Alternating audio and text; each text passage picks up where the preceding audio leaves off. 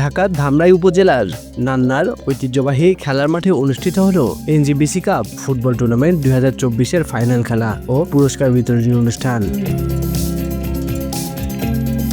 শুক্রবার বিকেলে হাজার হাজার দর্শকের উপস্থিতিতে জমকালো পরিবেশে অনুষ্ঠিত এই ফাইনাল ম্যাচে অংশগ্রহণ করেন গাজীচট ফুটবল একাডেমি আশুলিয়া এবং জামগড়া ফুটবল একাদশ আশুলিয়া।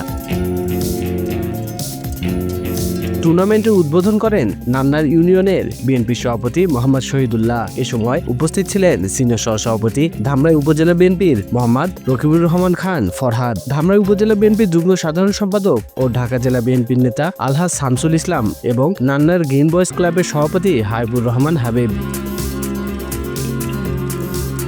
ফাইনাল খেলায় গাজীচট ফুটবল একাডেমি 2-0 গোলে জামগড়া ফুটবল একাদশকে পরাজিত করে চ্যাম্পিয়ন হওয়ার গৌরব অর্জন করে। খেলা শেষে প্রধান অতিথি সাবেক উপজেলা চেয়ারম্যান ও ধামরাই উপজেলা বিএনপির সভাপতি আলহাজ তমিজউদ্দিন বিজয়ী দলের হাতে চ্যাম্পিয়ন্স ট্রফি, মোটরসাইকেল এবং রানার্স আপ দলের হাতে ফ্রিজ তুলে দেন।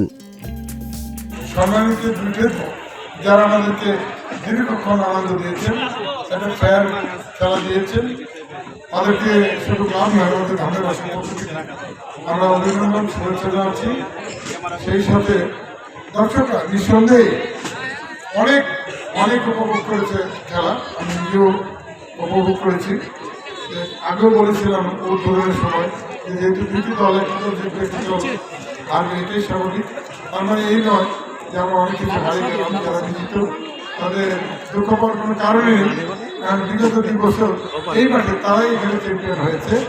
অর্থাৎ জামগড়ার জামগড়া দলটি 2বার বিজয়ী হয়েছে পরপর, ঠিক পিছনে। এবারে পাশেই রাস্তা দিয়ে করার পর নিজেদেরই এলাকা, আমারও নিজেরই এলাকায় গেলাম এবং গাজীচট একাডেমিকেও আমরা তাদেরকে শুভেচ্ছা জানাচ্ছি, দ্বিতীয়কে শুভেচ্ছা জানাচ্ছি এবং ধন্যবাদ জানাচ্ছি আপনাদেরকে যে একটা সুন্দর খেলা আমাদের। এটি ছিল একটি ঐতিহ্যবাহী ও উৎসবমুখর ফুটবল টুর্নামেন্ট যা ধামরাই ক্রীড়া পরিসরে নতুন মাত্রা যোগ করেছে। স্বাধীনতা বাংলা নিউজ ডেস্ক।